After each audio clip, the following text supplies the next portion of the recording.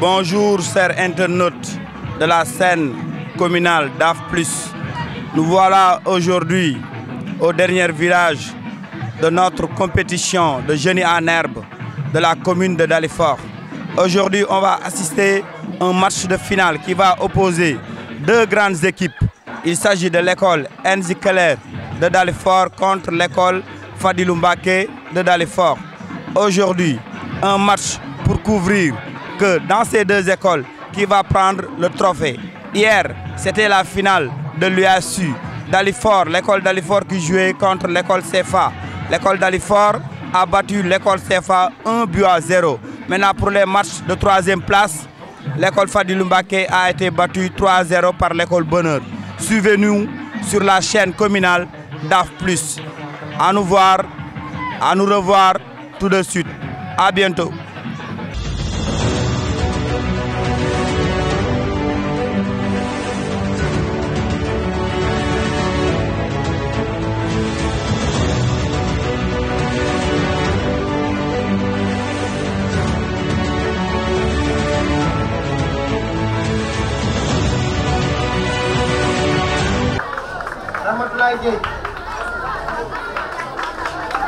Amsa Abdelaziz Diop Mohamed Fall Abdourahmane Sall Fatima Zahra Cissé Salim Diallo. On va procéder au tirage comme d'habitude. Vous savez comment ça se passe. On procède au tirage pour connaître l'équipe A et l'équipe B.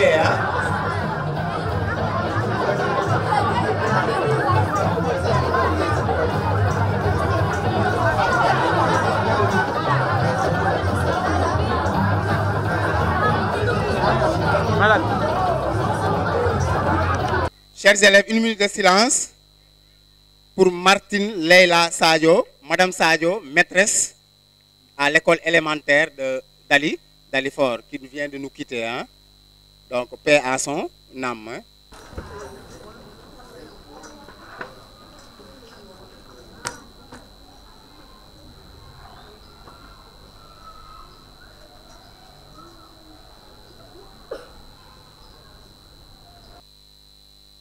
Merci beaucoup, chers élèves. C'est gentil. Donc, avant de commencer, on vient de procéder au tirage. Nous allons donner la parole à M. Silla, qui nous a accueillis dans son école. M. Silla est le directeur de l'école élémentaire CFA. Nous lui donnons la parole pour qu'il puisse nous accueillir. Bonjour, chers collègues. Bonjour, chers élèves. Nous sommes aujourd'hui très heureux de vous recevoir ici, dans l'enceinte de l'école 14 Forces armées, en la faveur des Jeux Gëstu de la zone de Dalifort.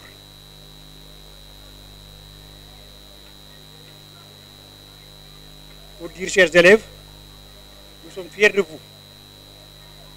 Parce que si vous êtes là aujourd'hui, c'est parce que vous avez très bien travaillé. C'est une finale. Et une finale, c'est une fête, n'est-ce pas? À la fin, il y aura un seul vainqueur. Mais toutes les deux équipes ont du mérite. Parce qu'il n'est pas facile d'arriver en finale. À la fin, les vaincus vont féliciter les vainqueurs, n'est-ce pas? Vous allez recevoir votre trophée. Il y aura un trophée pour le vainqueur. Il y aura aussi un trophée pour le vaincu. N'est-ce pas? Donc nous vous encourageons à persévérer, à continuer à bien travailler. Maintenant, que la fête commence et que le meilleur gagne. Merci. Merci beaucoup, DG. Merci, c'est gentil. Monsieur Amadja, conseiller municipal, si vous avez un mot à dire pour ces brillants élèves qui ont parvenu à aller en finale. Donc, merci beaucoup, M. Diassé. Bonjour tout le monde. bonjour chers élèves, bonjour chers professeurs. Donc c'est un grand honneur qu'on m'invite ici dans ce jeu, parce que j'étais élève comme vous, j'étais jeune, je suis passé par votre classe, donc je vous encourage à continuer sur cette lancée, parce que l'éducation c'est la meilleure voie pour le développement.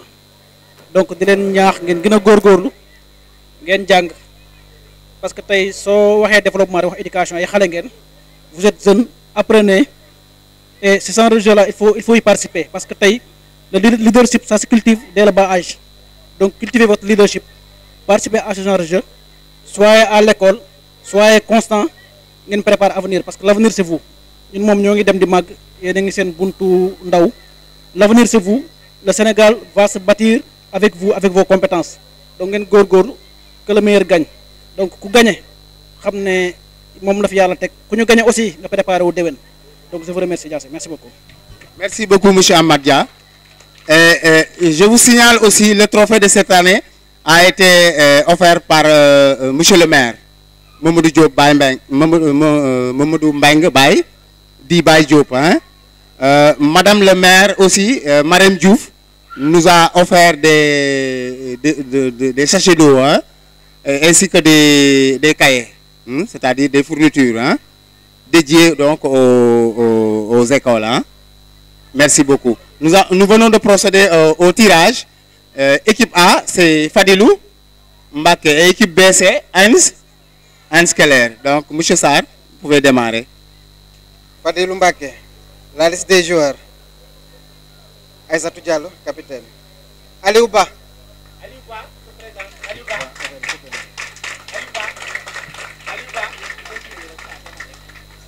Fatouma Diallo. Fatouma Diallo. Souadou. Bintou Seynabou Sané.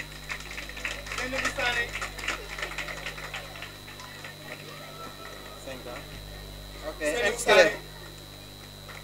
Donc ça fait 5 pour l'école Fadilou Mbaké, hein? Maminanou Djemé. C'est toi. Djemé, capitaine de Hans Keller. Assoucham. Assoucham. Abdouaziz Diop. Abdouaziz Diop. Assoucham. Abdouaziz Diop. Ndeye Amissar. Ndeye Amissar. Abdourahmane Sall. Abdourahmane Sall. Donc ça fait 5 ans. Donc comme on a l'habitude de le faire, nous démarrons par le français, hein, suivi de mathématiques, ensuite ESVS, les leçons, et on termine par culture générale. Merci beaucoup. Équipe A, A1, B5, B5, A5, B5. Question individuelle pour A. Cet homme est sincère. Trouve l'antonyme de sincère. Cet homme est sincère. Trouve l'antonyme de sincère.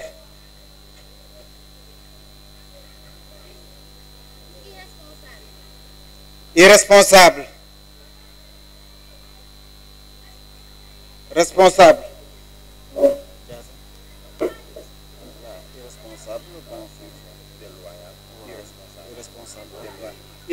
Irresponsable, juste. B5 pour B. Ouais. L'État prône la transparence. Trouve l'antonyme de transparence. L'État prône la transparence. Trouve l'antonyme de transparence. Réplique. Invisible.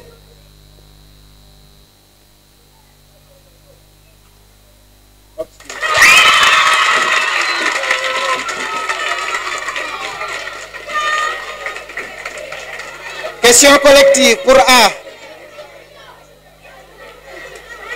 Trouvez un synonyme pour chaque mot.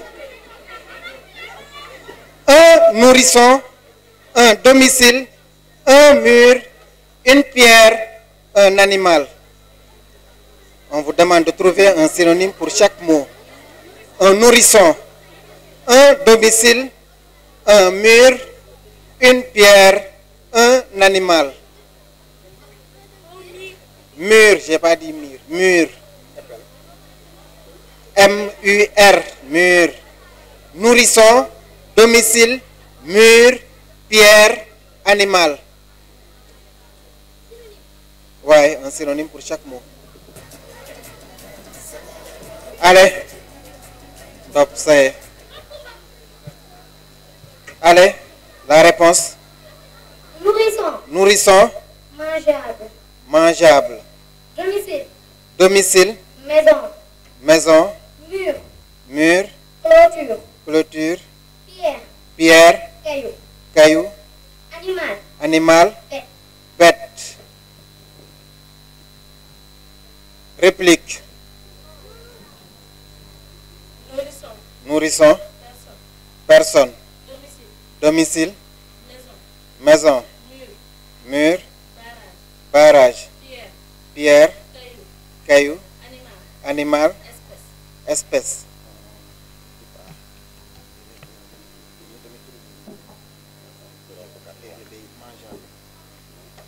Nourrisson, vous avez dit? Mangeable. Donc 4 points. 4 points. Nourrisson, synonyme. Le public, synonyme Bébé. de nourrisson. Bébé. Le synonyme de nourrisson, c'est B. Bébé. Collectif pour B. C'est bon, hein? Trouvez un synonyme pour chaque mot. La peur. La peur. La joie. La guerre. Un ami. La pauvreté. La peur, un synonyme, ouais. La peur, la joie, la guerre, un ami, la pauvreté. Synonyme, ouais.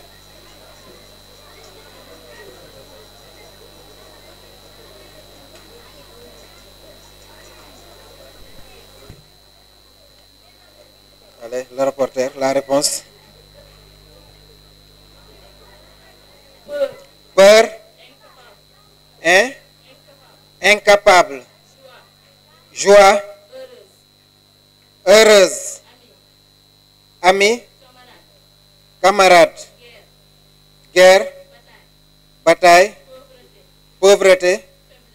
Faiblesse. Réplique. Peur. Peur. Furieux. Hmm? Furieux. Furieux. Joie. Joie. Contenteté. Contenteté. Guerre. Guerre. Bataille. Bataille. Ami. Ami. Camarade. Camarade. Pauvre. Pauvreté. Ouais. Oui. Pauvreté. Pauvreté. Ouais. Prolétaire. Prolo. Terre. Terre. Là, Là, répétez vos réponses. pauvreté, vous avez dit? Faiblesse. Peur.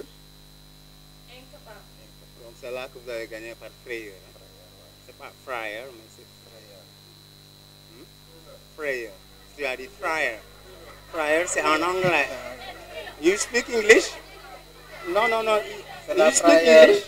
Fryer. You know? That's not fryer. C'est fray. Frayeur. Ils ont trouvé frayeur pour un. 4 points pour le reste. Hein? A3. B2. A3. B2. A3. B2. B2. Pour A. Grand-mère lui parle de son enfance. Nature et fonction de lui. Grand-mère lui parle de son enfance. Nature et fonction de lui. Lui. Pronom personnel. Pronom personnel.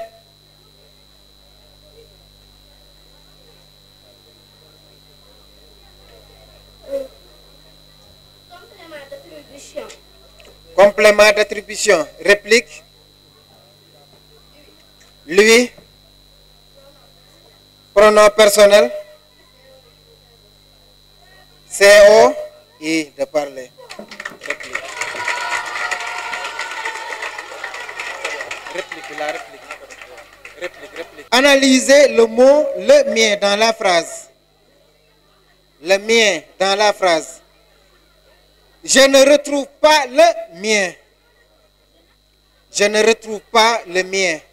On vous demande d'analyser le mien. Allez, pour A, c'est pour A. A. C'est pour A, ouais. Le mien. Pronom possessif. Pronom possessif. COD de retrouve. COD de retrouve, juste. Collectif pour B.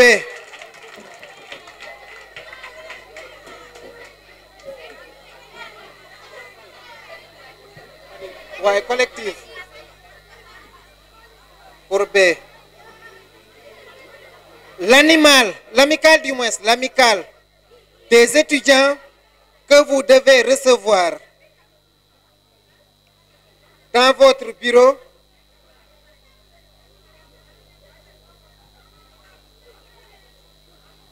est dynamique. Faites l'analyse logique de la phrase. L'amicale des étudiants que vous devez recevoir dans votre bureau est dynamique. Faites l'analyse logique de la phrase. Pour saluer Madame Diouf, Madame le maire, que tout le monde connaisse en matière de social, hein, surtout au niveau de l'éducation.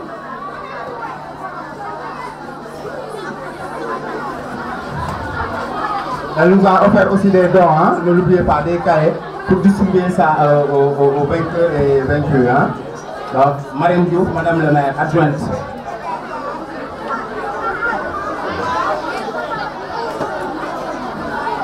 Merci beaucoup. Asseyez-vous.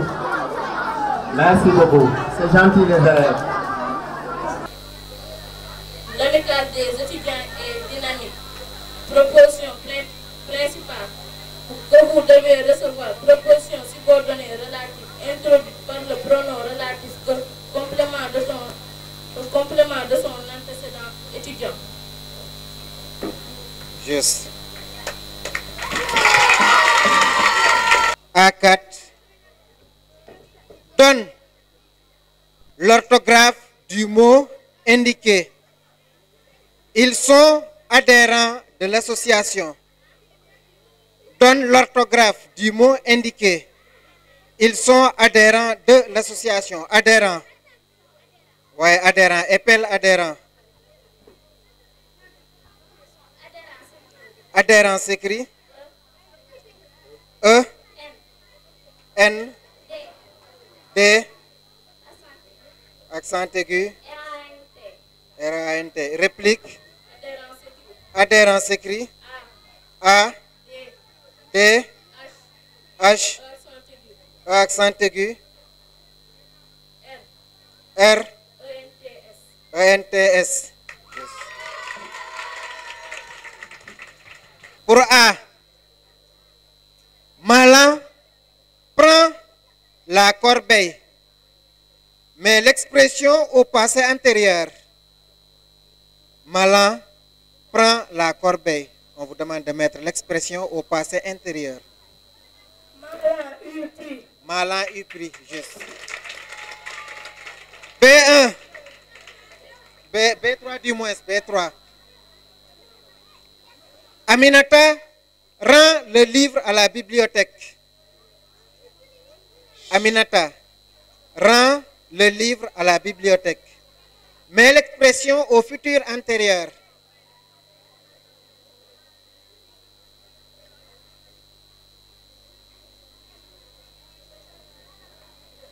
Aminata aura rendu. Aura rendu, juste. Merci beaucoup, chers Merci élèves. beaucoup. Nous venons de terminer la première manche. Serrez-vous la main.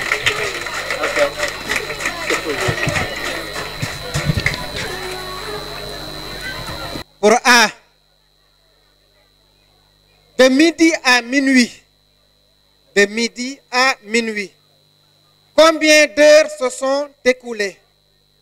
De midi à minuit, combien d'heures se sont écoulées?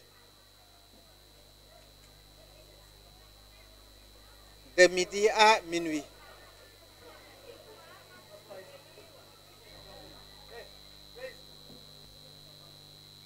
Le micro parle fort. 12 heures, juste. B4.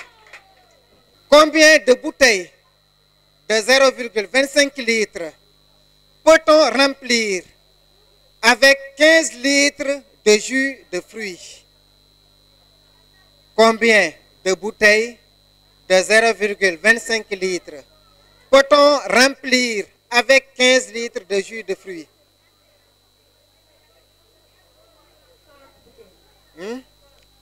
30. Réplique. Il n'y a pas de réplique. 60 bouteilles. A5. B2. Le micro. A. Quelle est la masse d'un bidon rempli si les 25 pèsent au total 100 kg? Quelle est la masse d'un bidon rempli si les 25 pèsent au total 100 kg? On vous demande donc la masse d'un bidon. Si les 25 pèsent 100 kg. 250. 4 kg. Pour B2, combien de minutes compte-t-on dans 360 secondes? Combien de minutes compte-t-on dans 360 secondes?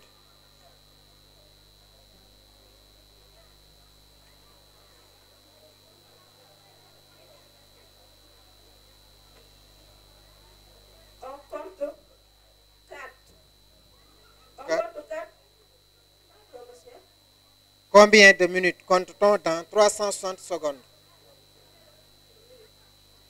On compte 4 minutes. 6 minutes. Collective.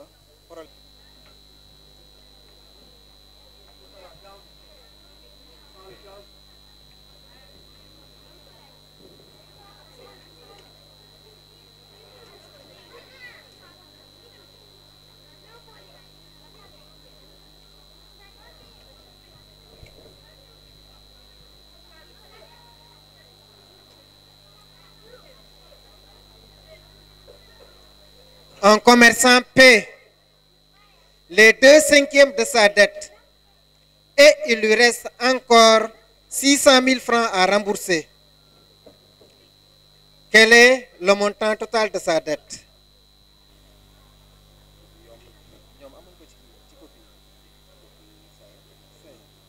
Ouais. Je répète. Un commerçant paie les 2/5 de sa dette et il lui reste encore 600 000 francs à rembourser. Quel est le montant total de sa dette?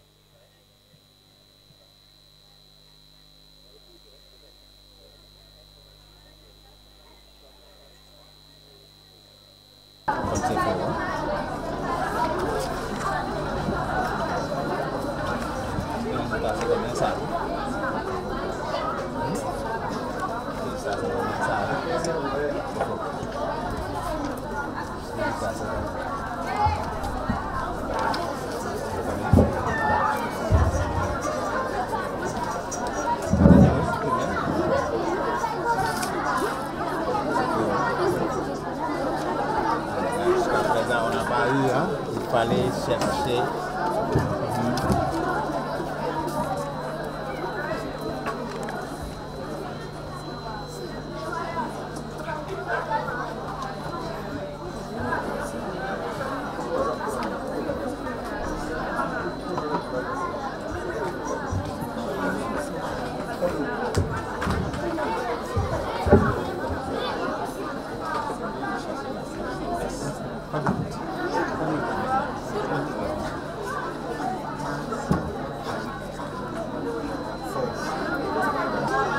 Ils n'ont pas cherché la fraction restante. Il n'y a que l'élève Anne Skelet qui a cherché la fraction restante. 5 cinquièmes moins 2 5. 5 cinquièmes moins 2 5. 2 cinquièmes. Ça va être 3 cinquièmes. Donc on prend les 600 000 fois 5 divisé par 3 pour avoir 1 million.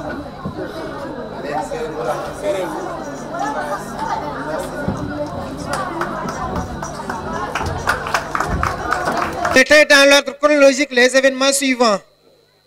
Conquête coloniale. Exploration. Invention et découverte. Traite des Noirs. Invention et découverte du 15e siècle. Invention et découverte. 2. 2. Conquête coloniale. Conquête coloniale. 3. 3. Traite négrière. Traite négrière. 4. Exploration. Exploration. Réplique.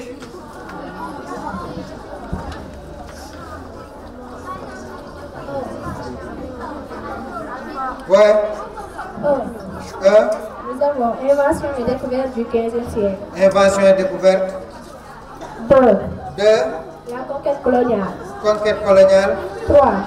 3. Exploitation. Exploration. Ouais. Exploration, oui. Et 4. 4. Traite des Noirs. Traite des Noirs. La première. Invention et découverte du 15e siècle. Numéro 2, exploration. Numéro 3, la traite négrière. Et enfin la conquête coloniale. Pour l'équipe B,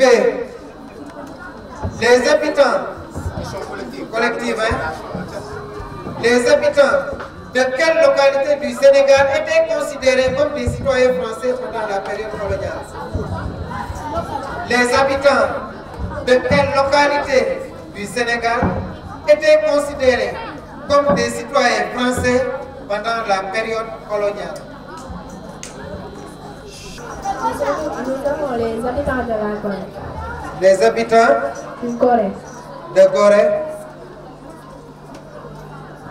Et celle du Dakar. De Dakar.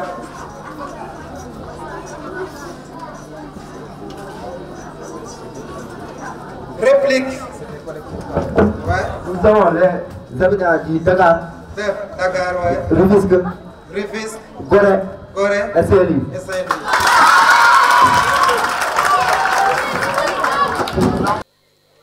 En commençant par la plus grande altitude, vous avez colline des Mamelles, plateau de Thiès, massif de Diass, colline de Kédougou.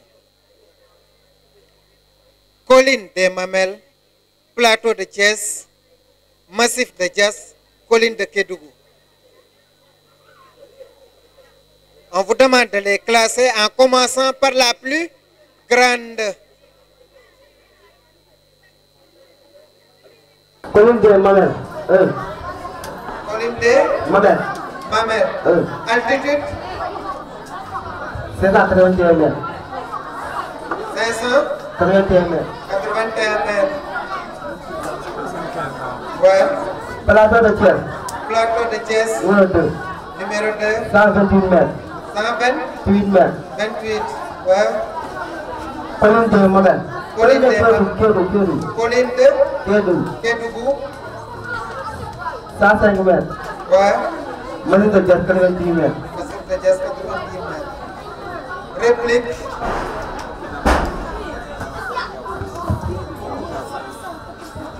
Colline de Diass. Balfour. Colline de Diass.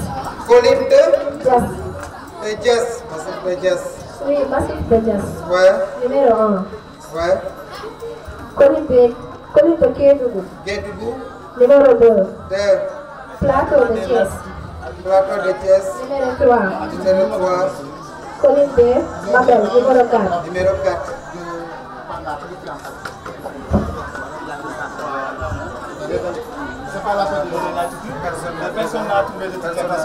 Propose un animal qui convient à chaque caractéristique proposée.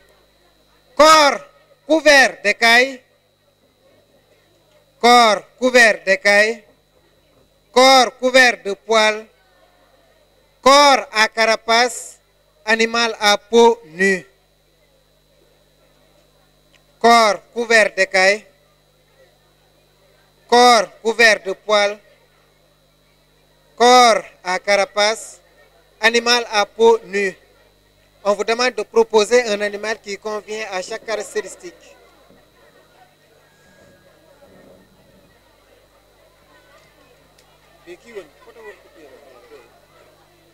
Corps couvert d'écailles. Corps couvert de poils.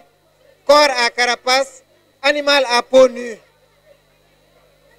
Corps couvert d'écailles. Ouais. Poisson. Poisson. Corps couvert de poils. De poils. Mouton. Mouton. Corps en carapace. Carapace. Tortue.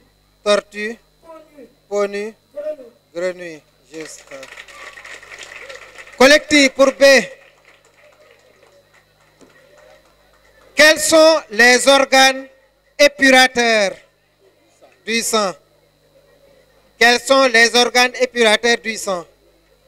Il y a les reins. Les reins, Le foie. le foie, Les poumons. les poumons, La peau. la peau. La peau, ouais. Superipare. Marie est née en 1990. Pourra-t-elle voter en 2007? Pourquoi? Marie est née En 1990. Pourra-t-elle Voter en 2007. En 2007. Pourquoi? Elle pourra voter, oui ou non? Non. Non, pourquoi? Parce qu'il y a, pour voter, il faut avoir 17 ans au moins. Il faut avoir 17 ans. Hein? 18 ans. Réplique. Réplique.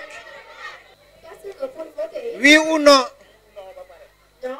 Non, pourquoi? Parce que pour voter, il faut avoir plus de 18 ans. 0-0. Elle pourra voter.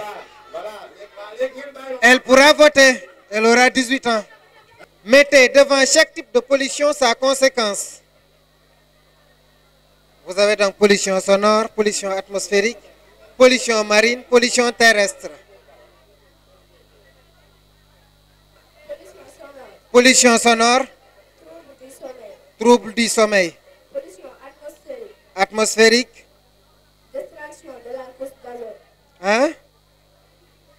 destruction de la couche d'azote, De la couche d'ozone, ouais. pollution marine, Pollution marine, la disparition des poissons, disparition des poissons, pollution terrestre, pollution terrestre, envahissement des mouches, envahissement des mouches. mouches. C'est juste.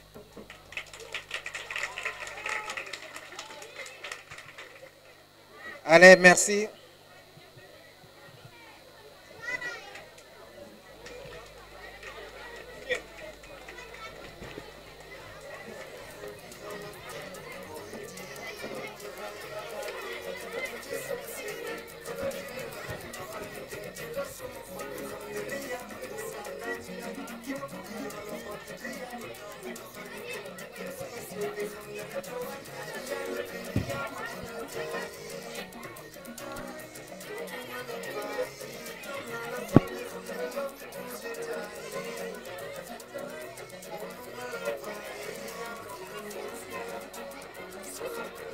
Je m'appelle Marème Diouf, Madame la maire, la 3e adjointe de la commune de Dalifort, en même temps du président du mouvement Les Visionnaires de la République de la commune.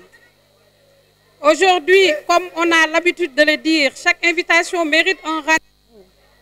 Nous sommes très honorés d'être le marraine de cette journée de haute facture. Nous nous sommes réunis ici pour célébrer un sujet essentiel et porteur d'espoir qui est le génie en herbe. Je félicite et je remercie la famille éducative de la commune de Dalifort. Comme on a l'habitude de le dire, à travers l'histoire, pour résoudre un problème professionnel, un problème personnel, social et environnement, on fait appel à l'éducation. L'éducation est la seule arme pour résoudre un problème. L'éducation réduit la pauvreté. L'éducation rend stable un pays. Donc nous lançons un appel à tout le monde, surtout les enfants, les jeunes filles, les élèves qui vont faire l'examen. Nous vous souhaitons bonne chance. Nous vous disons un bon courage, que la réussite soit avec vous. Je ne vais pas monopoliser la parole parce que je suis accompagnée de M. Diouf, qui est un collègue à vous et qui est le président de la commission de l'enseignement au sein de notre mouvement. Donc, je vais partager quelques minutes que vous m'avez remis. Je vais donner à M. Diouf la parole. Voilà, je vais m'exprimer un peu en wolof parce que tey dañu kontaan ni ñu ko waxee tout à l'heure doon marraine bés bi en tant que femme, en tant que leader politique, en tant qu'actrice de développement. Li ma am habitude de dire, souvent l'heure du leadership féminin a sonné dans la commune de Dalifort. Donc osons, surtout les jeunes filles, gëm leen seen bopp, génne leen li ngeen xam ni moom ngeen xam. Parce que ce que vous avez à Dalifort, c'est rare. Chaque jour, lu ngeen am autorité yi ñu ngi à vos côtés di leen accompagner. Parce que ñun bi ñuy toll ni yéen, man lu ma dund personnel la daawuma gis sama adjointe maire. Xaw ma woon sax kan mooy maire commune bi ma dëkkoon ca maa ngi dëkkoon Géejawaay. Kon bu ngeen amee chance boobu, lépp lu ngeen am, di gis seen ay yaay, di gis seen ay professeur, di leen accompagner, di teel a yeewu, di bàyyi lépp li ñuy def pour seen réussite, parce que vous êtes l'espoir de demain.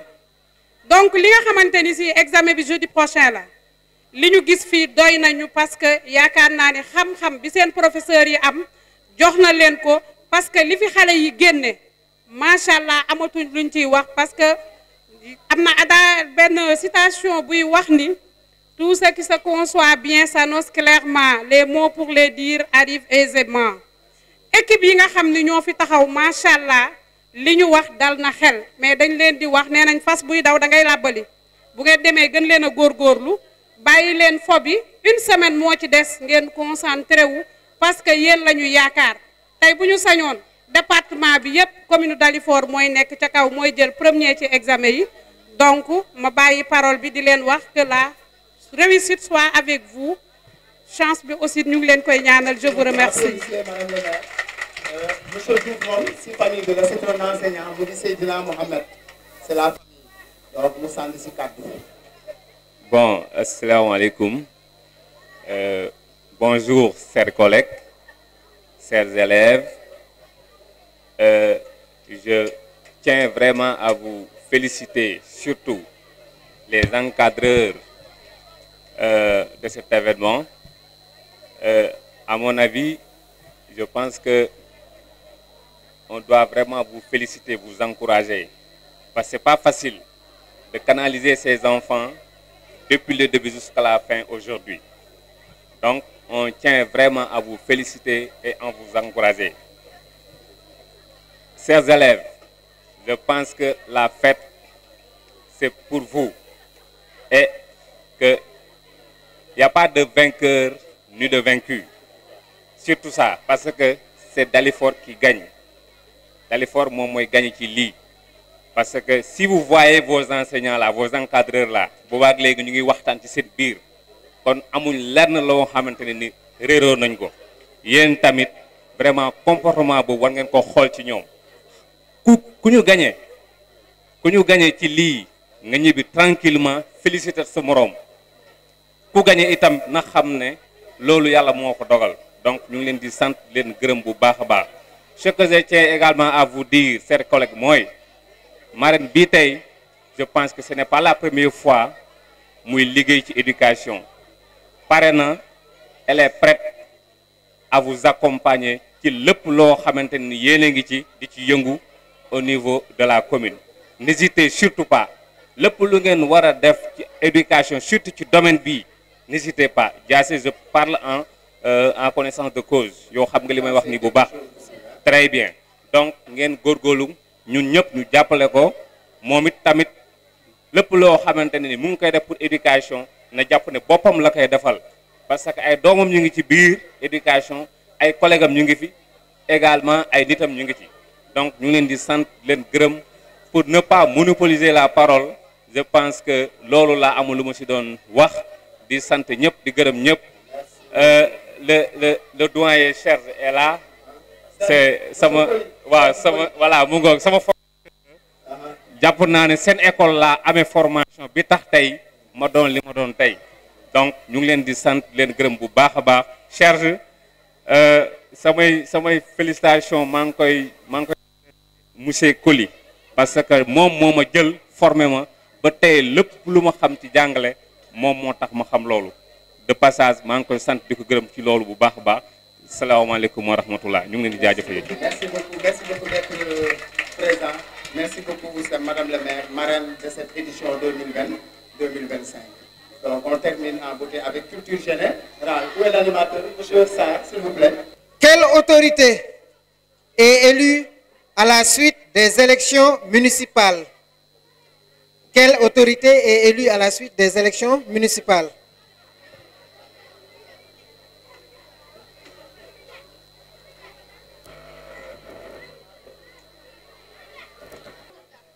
Hein? Réplique. C'est le maire.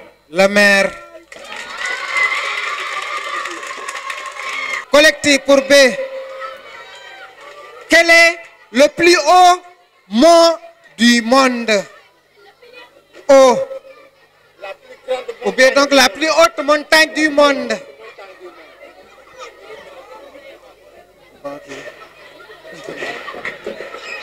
Ouais. Pour B, ouais. Le mont Everest, juste.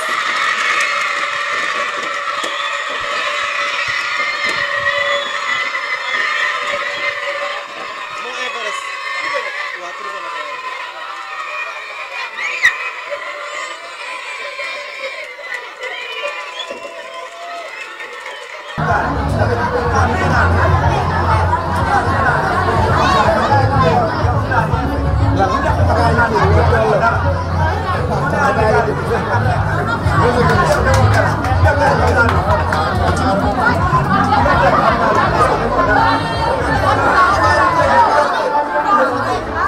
Égalité, match nul alors.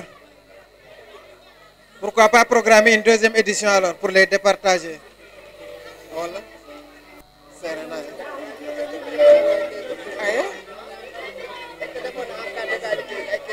Non, je ne pense pas. Mais on a surprise la plus que ça première. Ouais, mais non.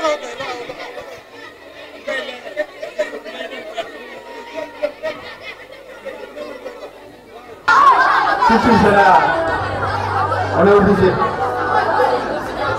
Parce qu'il faudra un vainqueur.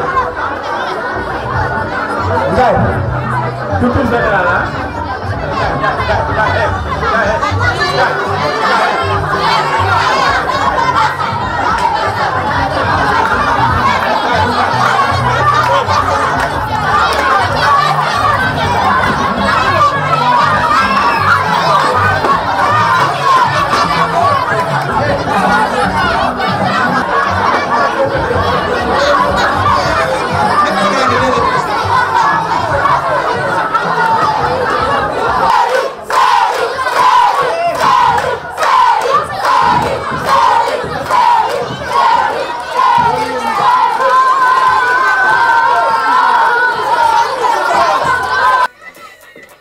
Vous avez deux questions. Une question pour chaque équipe. Pour l'équipe B. Chaque équipe donc aura droit à une réplique. Pour A, quel est le fleuve le plus long d'Afrique? Quel est le fleuve le plus long d'Afrique? Le fleuve le plus long d'Afrique pour l'équipe A. Le fleuve le plus long d'Afrique. Le fleuve le plus long en Afrique. Le fleuve le plus long.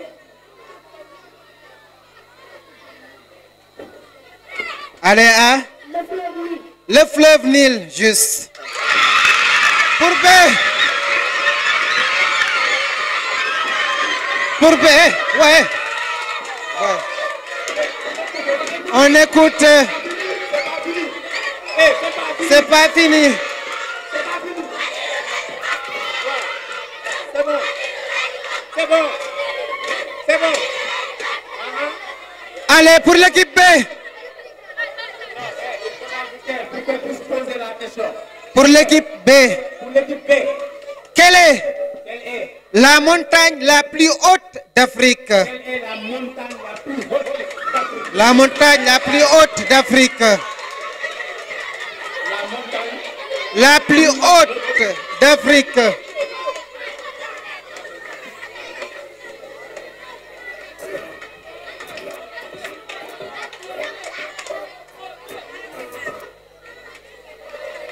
La montagne la plus haute d'Afrique.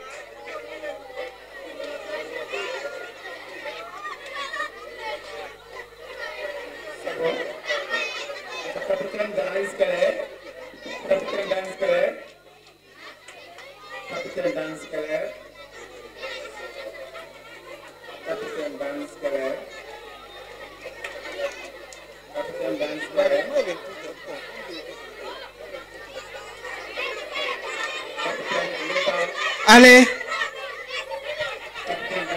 Ça a écoulé. Reporter, la réponse.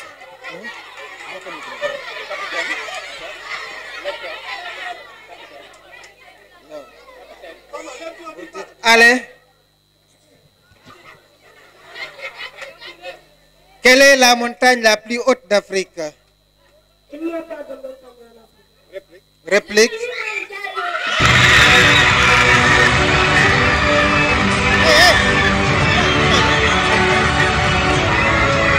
C'est pas fini.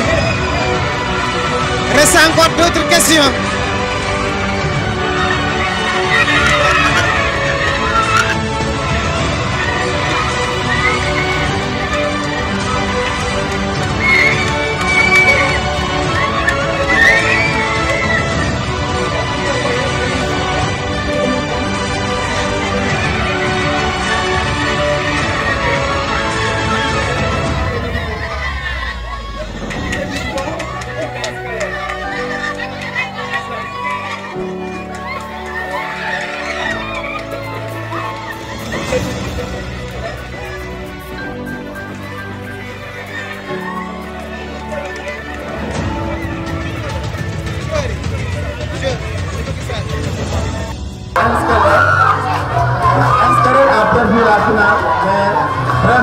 l'école n'a pas délimité. Parce que vous avez vu, le score était vraiment serré. 54,5. Donc, match nul. Il a fallu encore d'autres questions de culture générale pour pouvoir les déterminer. Donc, félicitations à l'école Patrick Mbacké et nos encouragements à l'école d'Anne-Scalaire. Monsieur Silla, vous remettez le nom de l'école Anne-Scalaire qui a pris la deuxième place de l'édition 2025 du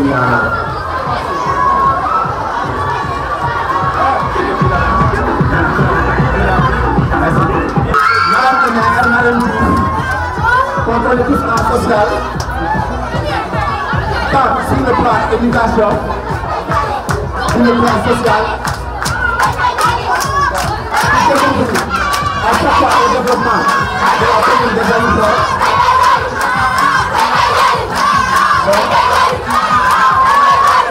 Félicitations, merci beaucoup à l'école.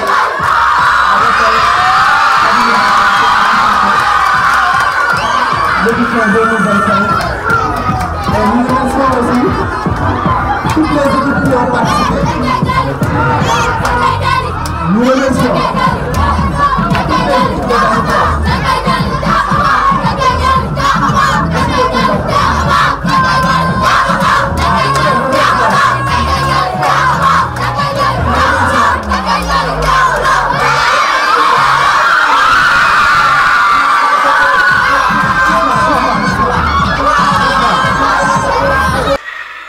Aujourd'hui, nous avons assisté à un match de choc. Si vous regardez bien, à l'entame donc de la compétition, ils étaient 54,5 sur 54,5.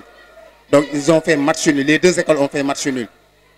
On les a départagés par culture générale. Pour la première fois Donc on a assisté à une finale ici à Dalifort où les deux équipes ont fait match nul lors de la première manche. Donc pour vous montrer que l'équipe d'Anne Keller n'a pas démérité. Donc nous remercions tout le monde, toutes les équipes, le codec aussi de Dalifort, les autorités qui ont participé à la réussite de ces deux cérémonies, c'est-à-dire les deux événements. Merci beaucoup. Monsieur Si, si vous avez quelque chose à ajouter en tant que vainqueur de l'édition 2025. Chers internautes de la scène communale DAF+, nous voilà à la fin de ce match génie en herbe qui opposait l'école Anne Keller contre l'école Fadilou Mbacké. Donc si vous voyez le tableau, les écoles étaient en égalité. Donc ils ont été départagés lors d'une question de culture générale. Donc aujourd'hui, en 2025, les génies en herbe, l'école Fadilou Mbacké prend le trophée communal de la zone Dalifort Foirail. Donc ñu wax leen ne tey jii moo doon am final bi entre école Pape Ndiaye ak école Anne Keller. Léegi école Dalifort école Anne Keller ak école Pape Ndiaye dañ defoon match nul égalité des points. Ñu départager leen ci culture générale. École Pape Ndiaye gagné école Anne Keller ci culture générale. Donc tey école Pape Ndiaye jël na jeu gëstu communalu Dalifort Foirail. Merci, chers internautes.